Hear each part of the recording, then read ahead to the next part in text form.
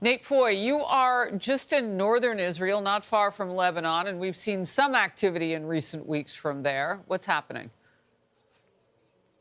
Well, Harris, I can tell you that that mother that you just heard from is not alone. 140, actually over 140 hostages remain in Gaza. And Israel reportedly has a list of 12 hostages that are set to be freed in a sixth consecutive exchange tonight. We are waiting on those hostages to be transferred over to the Red Cross. But reportedly in this list, it includes 10 Israeli women, as well as 2 women who hold dual citizenship in Israel and Russia. This is believed to be a gesture by Hamas to Russian President Vladimir Putin. It remains to be seen if any Americans are included in this newest batch of hostages that are set to be freed. But it comes after a fifth exchange last night. Take a look at this video. This group included 9 Israeli women as old as 84 and 1 Israeli girl, a 17-year-old who was released in exchange for 30 Hamas prisoners.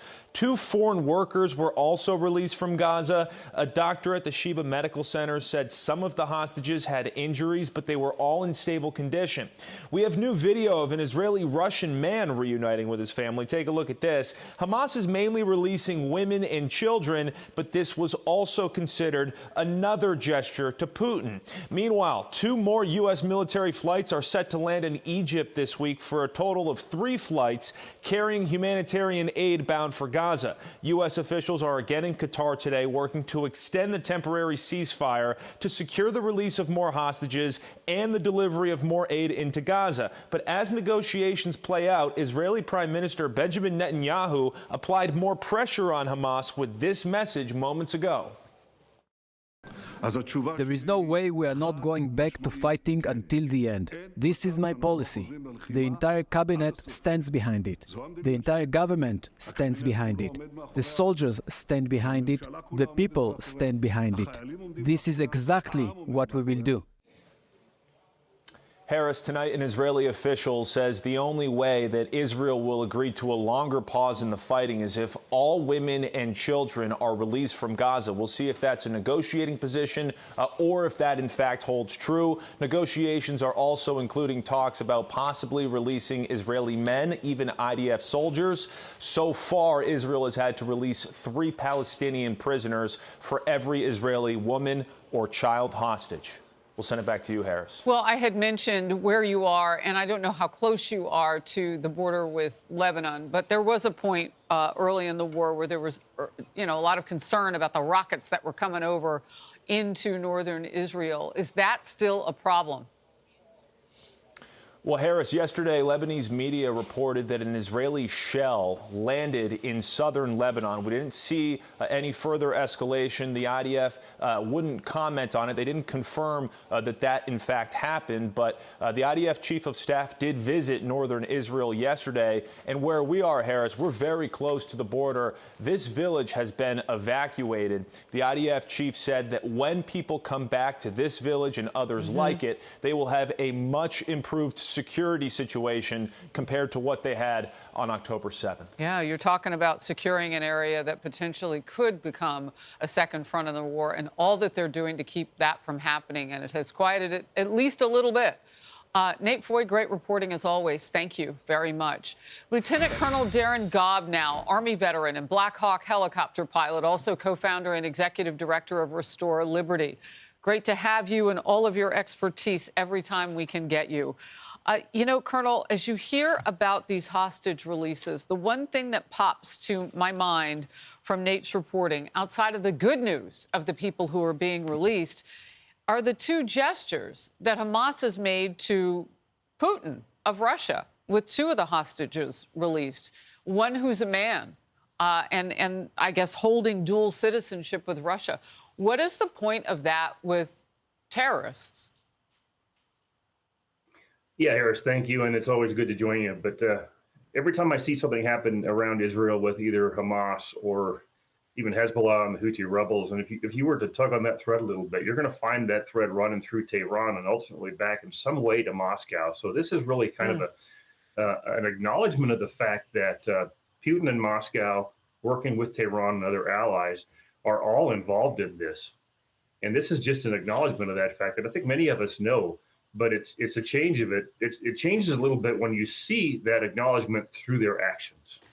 Yeah, I mean, we know that the hostages were taken as human shields and now pawns in politics that perhaps we're not focused on with regard to Russia.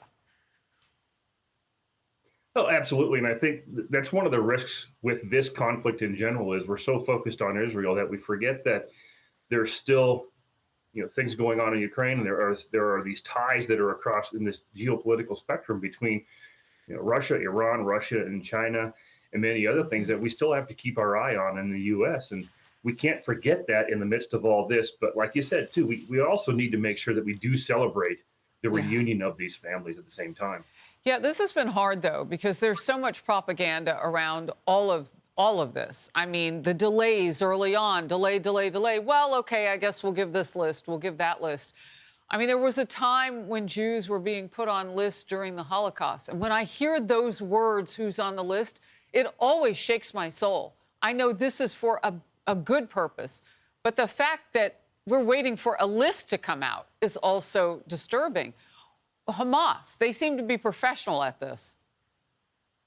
Well, they are professional at this, and they've been at this for many decades. In fact, one of their guiding principles is that war is deceit. So anytime that they're doing something, including treaties, hostages exchanges, and things like that, they're doing it for their own strategic advantage. They're not ever going to do it for humanitarian purposes or actual care for the people that they live amongst.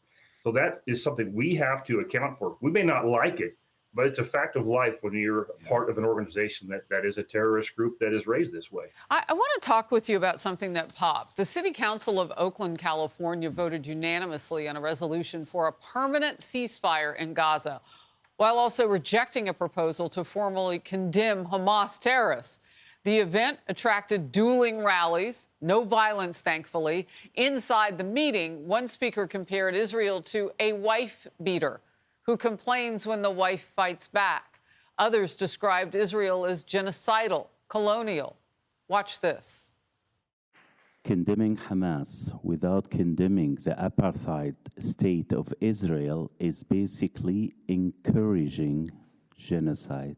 We could have easily put forth a resolution condemning the countless crimes committed by the Zionist entity. Your reaction? Well, first of all, my reaction is I think Oakland has plenty of problems they need to address within their own city, and this is not a concern of theirs ultimately, and along with those other cities that are doing this. Fortunately, these resolutions have absolutely no merit when it comes to dictating any actions by Israel in the first place.